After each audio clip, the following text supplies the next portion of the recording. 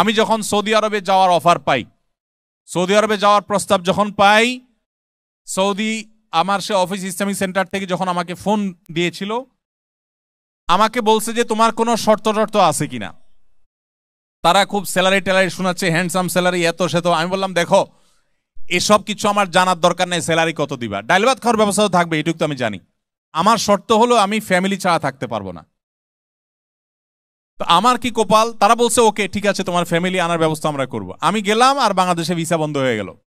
2008 সাল না 9 সালে কথা, একবারে সব ভিসা বন্ধ। বাংলাদেশি নাম শুনলেই আর কোনো ভিসার কোনো সুযোগে নেই। তো আমি কয়েক মাস থাকার পর দেখলাম ফ্যামিলি ভিসা কোনোভাবে পাই না।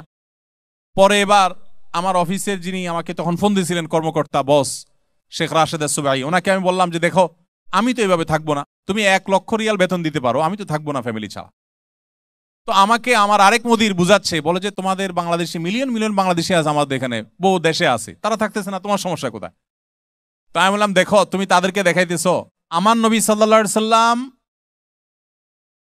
জিহাদের ময়দানে পর্যন্ত, যুদ্ধের ময়দানে পর্যন্ত স্ত্রী ছাড়া একা একা যান নাই। শুধুমাত্র ইতিকাফের 10 দিন তিনি স্ত্রী থেকে দূরে থাকতেন, তারপরেও স্ত্রী মাথা বাইর করে দিতেন, মাথাটা ধুয়ে দিতেন মসজিদের বাইরে। এত বেশি সংসারী ছিলেন, এত বেশি স্ত্রীকে ভালোবাসতেন এবং স্ত্রীকে সাথে রাখতেন। আমি স্ত্রী সন্তান ছাড়া আমি একদিনও থাকবো না। 11 মাস থাকার পর দেশে ছুটিতে গেলাম, আমি বলে গেলাম যে তোমাদেরকে সালামু আলাইকুম, আমি আর আসতেছি না, আমি চলে গেছি। তখন বেচারা নিরুপায় হয়ে গেছে। আমার যাওয়ার সময় সৌদি এম্বাসি রিলিজেস এটাই সেই তখন আর শেখ আলী বামাগা উনি সহযোগিতা করছিলেন। ওনার অফিসে দেখা করতে যাই বললাম এই অবস্থা, তোমার দেশে গেছি কিন্তু ভিসা তো বন্ধ করে দিছে, আমার তো ফ্যামিলি ভিসা দিল না, ভাই আমি তো আর যাবো না। আমাকে তখন সে বলল বলো কি তুমি যাবা না, মানে এ কোনো কথা হলো? তোমার ভিসার জন্য আমি সহযোগিতা করবো। তো কিভাবে কি করবেন? উনি বলে আমি রাষ্ট্রদূতরে এখনই ফোন করতেছি, আমার সামনে ফোন করছে।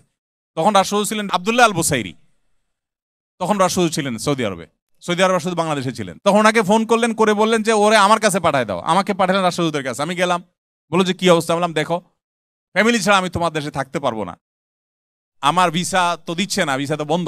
বলো যে তোমার ভিসার দায়িত্ব আমার, লাগলে আমি পররাষ্ট্রমন্ত্রীকে বলে তোমার স্পেশাল ভিসা বাইর করে দিব, তুমি যাও। উনি একটা চিঠি লিখে দিলেন, দিয়ে বলেন তোমার গ্যারান্টি ভিসা হবে। আমি ওটা নিয়ে আসার পরে ভিসা হয়ে গেছে আলহামদুলিল্লাহ।